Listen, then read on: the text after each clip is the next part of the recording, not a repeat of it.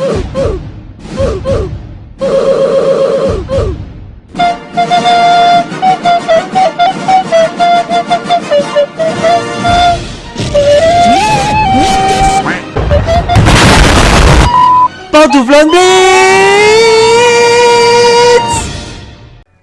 Hello everyone, Pantoufleee here today for a new in-shop video concerning the Object 252U, which just hit the shop for two offers, one at 8.5k gold and one at 10,000, as you can see right there on the screen. And before starting the review, for those of you who don't want to waste time, yes, both of the offers are extremely worth it, and the Object 252U is a great tank. And now, for the rest of you interested in the video, let's talk a little bit about the statistics, because there are several things to say about this tank. Mainly, most players know the Object 252U from World of Tank PC, where the tank is simply a beast and one of the most broken tanks ever at tier 8, especially Russians. And there are several things that makes it broken. The first thing is probably the armor profile. As you can see, it has this traditional pike nose pretty much every single tier 8 Russian heavy tank has, but the main difference here is that if you take a look at the angle on the IS-3 and the angle on the 252U, you can see one thing. The Object 252U has a way better upper part alarm because it's extremely angled. For real, if you stay in front of your opponents like this, if they shoot at the upper part of your hull, it's impenetrable. Nobody's gonna go through at tier 8, nobody's gonna go through at tier 9. I'm not even sure that people at tier 9 using gold shells can go through the upper part if you stay straight in front of them like this. But there is a price to pay for this amazing upper part alarm, and it's the lower case, the lower hull. Here it's a huge weak spot. It's a huge weak spot, but for most of the maps you're gonna be able to hide it, and once you hide this huge weak spot, you're nearly impenetrable. Of course, you still have several weak spots, such as the cupolas, the two cupolas you have on the tank, but let's face it, they are extremely hard to get, except if you really have a tank that has a great gun dispersion, but most of the time it's gonna be impenetrable as long as you try to move a little bit when you're reloading, etc. That's the first thing for the armor profile at the front. Now, if we talk about the sides, it's even more broken, and both on the both on the turret, and on the side armor of the hull itself. You have spaced armor all over the place. Even if you're not angled, you're like at 90 degrees and someone is shooting at you straight here. If they shoot this area here and they are tier 7, it's gonna be an auto bounce. If they shoot at this area and they are tier 8, it's a 50% chance of auto bounce, and if they are tier 9s, there is 25% chances of auto bounce most of the time. So yeah, you are extremely angled, you are extremely armored, and most of the time everybody's gonna bounce you, which is a really great thing because it means the Object 252U is newbie friendly, because even if you make mistakes, you're not gonna be punished for them. That's the second thing, and maybe the main thing also. If we talk about the rear, of course it's a rear of the tank, so most of the time shots are gonna go through, but if they shoot at this area and this area, it's spaced armor, it's gonna be auto bounce as well. And what I love about the 252U armor also is that the armor on the turret is quite strong at the front, but also on the sides, not the rear, but the sides, yeah. It's a beast. It's an extremely well armored tank from all angles you can take, and it makes it quite strong on the front line. That's it for the armor. Now, if we talk a little bit about the gun, which in my opinion is the weakness of the tank, and I'm gonna tell you why. It feels like the gun of the IS at tier 7.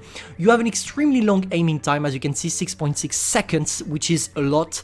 A really bad gun dispersion of 0.36, which means you have a lower DPM than most tier 8s at most tier 8 heavies, with 1.9k damage per minute, because your reload time is huge, 13.22 seconds when you're fully equipped. But the good thing is you have a good penetration. You're not going to be forced to use a lot of gold shells. You have 225 based penetration with your regular shells. And something cool to add is maybe the fact that APCRs on this tank is the gold shell, and you would rather have APCRs than heat shells, because heat shells can go through spaced armor. Also, maybe one thing to add concerning the gun is probably the low amount of munitions. But as you reload really slowly, you shouldn't run out of ammo in most of your games, except of course if you try a lot of snapshot, because with 0.36 gun dispersion, it's not a good idea to snapshot. So yeah, overall with this tank, you need to fully focus your enemies before shooting. It's extremely important, or else you're probably gonna miss your target. Also, something good is the average damage. It's not 400, it's 420, so sometimes it's gonna allow you to do huge alpha damage shots, which is always nice. And finally, for the gun, as always, we have the traditional Russian gun depression, which is average. Therefore, don't try to take it too often on the ridge line, because in order to shoot your enemies, if you're on the mountain, you will need to go out and expose your weak spots. So pretty much with this tank, what works the best is probably side scrape in towns, etc., because let's face it, that's one of the few highest tanks, because I count it as an highest tank as well. It's one of the few highest tanks that even in side scrap you can bounce, even if you're not angled, because from all angled, the upper part of the armor is nearly impenetrable. So side scrap can be a good idea as long as you hide this part. Also, hurl down, if every time after you shoot you wiggle a little bit to avoid being penetrated in your cupolas. And yeah, pretty much that's how you want to play the tank. Now let's talk a little bit about the mobility. I think the mobility is... it's an in-between, it's average. It's average because your traverse speed is not the best, especially on the hull. You have only nearly 29 degrees per second that you can combine with your tracks that has 33. So it's average. But the top speed is... I'm not gonna say good, but considering the armor the tank is carrying, we can say it's good. You go at around 35 kilometers per hour once you're fully launched, even if it takes some time for you to be fully launched. Of course, it's a huge tank that weighs a lot, therefore it takes a lot of time for you to reach this speed, but it's good regardless. So overall, if we sum up the characteristics, we have a broken, let's face it, we have a broken armor, an average mobility, and a troll gun. Let's say sometimes you're gonna have the greatest gun ever because you're gonna not aim and penetrate or at least hit all your targets, and sometimes you're gonna get trolled over and over again. But overall, yes, the tank is worth it. Yes, the tank is broken, and yes, it's one of the best heavy tanks at tier 8. To me, this is the second best tank at tier 8. First position to me is the WZ-112-2 because I find it more versatile, but in terms of armor, that's the most broken tank in the game to me. So, now that it's being said, let's talk a little bit about how I'm equipping it. For the provisions, I go for extra combat ration, protective kit, and improved fuel. Improved fuel is to allow me to get a little bit more mobility, extra combat ration to get 10% on the crew mastery, so it's going to be effective on pretty much everything. And finally, the protective kit, because I think double ration is a little bit useless, at least in my opinion. I would rather have the protective kit instead. And now for the equipments, first I'm going for the gun rammer because I don't need to increase my penetration, as I already told you it's a good one. After I go for the enhanced gun laying drive to try to lower down a little bit my aiming time, which is at 6.6 right now. And for the last one, you have the choice, for real. You can go for both the aiming time or the refined gun, but I would rather go for the refined gun because, let's face it, you're not gonna aim fully at your targets all the time, so I would rather go for the refined gun. After I go for the defense system. Why? Because I'm not gonna ram anybody, so I would rather have the defense system in order for me to increase my chances of not getting my crew knocked down or anything like that. After, I go for the enhanced armor. Why the enhanced armor? Because it's, as I told you, it's one of the most armored tanks at tier 8, so why not increase it even just by 4%? It's gonna make a lot of tank destroyers struggle with your upper part of hull, so why not try to improve this ability of the tank?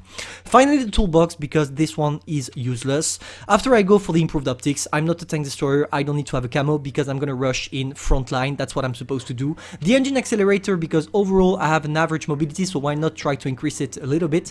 And finally, consumable delivery system, to use adrenaline more often and not longer, because with 13.2 seconds of reload, if you put this one, you will not be able to shoot twice before the adrenaline is ended, so it's better to be able to use it more times. So yeah, Pretty much, that's how I'm playing the tank. Now, let's go for some replays in order to know what this tank is capable of.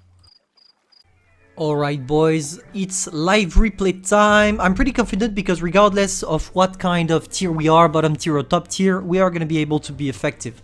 Here we are in tier 9. I'm glad we're in tier 9 actually, because it will allow me to show you how good the armor profile of the tank is if we're facing, for example, the 75 or maybe a WT of Panzer IV. We just need them not to have the high ground on us, because if they do, it's gonna be extremely difficult to make them bounce. That's the weakness of your armor. As long as your enemy is above you and they try to sneak some shots on your ult, they should be able to penetrate. Alright, let's use the mobility, tell them to go on the right. I hope I'm not gonna be alone. Problem is, with my mobility, I'm probably gonna take a shot, I don't know, maybe a Pershing or anything like that. If I'm lucky with my troll armor, I'm gonna be able to bounce, but let's see. Let's see. Showing them my turret in order for them to bounce if they try. They didn't. They didn't. We have the 75. Is he gonna try something? I'm pretty sure the guy is probably gonna try to come here. Or maybe... Oh, okay, he goes on the other side. That's nice. He didn't spot me, so I can sneak a shot at the beginning. And I did not penetrate it. What the fuck was that? Oh, man. Freaking lucky 75. This one should have been a penetrating shell. Okay, 75 really wants to play aggressively, I guess. No problem. Come here. I'm waiting, boy. You can't penetrate me, you know that. Am I gonna try? Maybe I should try the ICU 130. Here, you see, I can play aggressively. My tank allows me to play aggressively. Okay, can I sneak a shot? Yes! Perfect. For the moment, we're good. Probably the 75 is gonna die trying to get to the Yak Panther 2 or anything. He shot. So, let's try to sneak a shot now. 2, 1... Okay, bad idea. Bad move. Come back. See, yeah, that's a little bit of a problem when you're with the Object 252U. I told you the gun depression. But let's try to penetrate regardless. Yeah, I was expecting to take a shot here. That was a little bit logic. As soon as you're not angling your tank too much. Okay. I can penetrate the 75. I need someone to push him or do something. Maybe both of the 75 can try. Do they want or not? Come back, 75. Come back. Nice. He bounced. He tried the cupola. As I told you, when they try the cupola, you just wiggle and it should do the trick. Okay, let's derp a shot. We retreat. Oh, he has the... He got wrecked with the engine. Nice. We won our fight on the 75.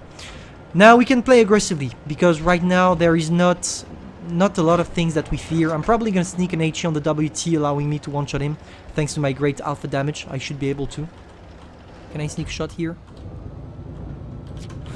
Nice. Okay, we managed to sneak a shot, and see, that's what I'm talking about. The double bounces, and I had my turret not angled at all. And still, we managed to sneak some shots. I love that tank. Okay, let's sneak first shot. We go back. We use adrenaline. We wait a little bit, trying to use the terrain in our advantage in order to make them bounce. XP misses. We come back. We're probably going to take the... Oh, you know what? I'm going to go for the IC-152. It's easier. Come back. T-30 kills it. Are we going to bounce the ICU? I don't think... Oh, we can have the IC-130 from here. Good. Good. We snap some shots. T-30, you kill the ICU. Derp. And it's done. First game, 3.3k. See, I played aggressively. I took an aggressive position. Of course, I waited a little bit in order to get the 75 without getting my ass kicked. But it worked. It worked in the end. 3.3k damage. And look at the credit coefficient. I did not talk about it when I did the review, but you have a pretty good credit coefficient with this tank.